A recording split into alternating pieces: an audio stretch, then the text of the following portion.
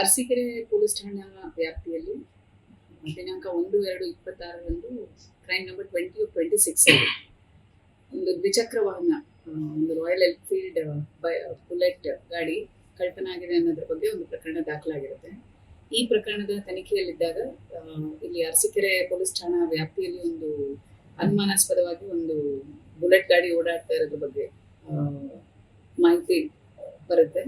ಅದು ಒಂದು modified vehicle ಈ ತರ ವಿತೌಟ್ ನಂಬರ್ ಪ್ಲೇಟ್ ಓಡಾಡ್ತಾ ಇದೆ ಅಂತ ಮಾಹಿತಿ ಮೇರೆಗೆ ಅದನ್ನ ಸೆಕ್ಯೂರ್ ಮಾಡಿ ಚೆಕ್ ಮಾಡಲಾಗಿ 3 ಜನ ಆರೋಪಿತರನ್ನ ನಾವು ವಶಕ್ಕೆ ಪಡೆದಿದ್ದೀವಿ.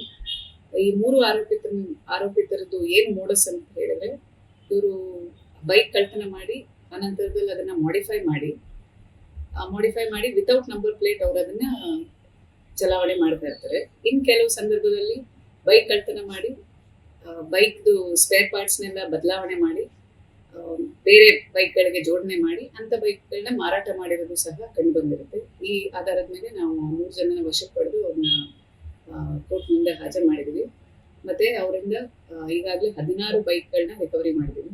ಈ 16 ಬೈಕಲ್ಲಿ 13 ಸ್ಪ್ಲೆಂಡರ್ ಬೈಕ್ ಇದೆ, ಒಂದು ರಾಯಲ್ ಎನ್ಫೀಲ್ಡ್ ಬೈಕ್ ಇದೆ, ಒಂದು ಜುಪಿಟರ್ ಬೈಕ್ ಇದೆ, ಒಂದು ಪ್ಲಾಟಿನಾ.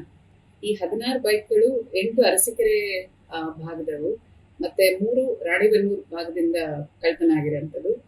ದಾವಣಗೆರೆ ಭಾಗದಿಂದ 2, ಚಿಗಟೇರಿ ಲಿಮಿಟ್ಸ್ ಅಲ್ಲಿ 1, ಹಲವಾಗ್ಲೂರು 1 ಮತ್ತೆ ಹರಪನಹಳ್ಳಿ 1. ಸೊ ಟೋಟಲ್ 16 ಬೈಕ್ಗಳನ್ನ ವಶಕ್ಕೆ ತಗೊಂಡು ನಾವು ಸೀಸ್ ಮಾಡಿದ್ದೀವಿ. ಮತ್ತೆ ಇವ್ರ ಜೊತೆ ಇನ್ನೂ ಹಲವರು ಭಾಗಿಯಾಗಿರೋದ್ರ ಬಗ್ಗೆ ನಮಗೆ ಅನುಮಾನ ಇದೆ. ನಾವು ಅದನ್ನ ಪತ್ತೆ ಮಾಡ್ತಾ ಇದ್ದೀವಿ.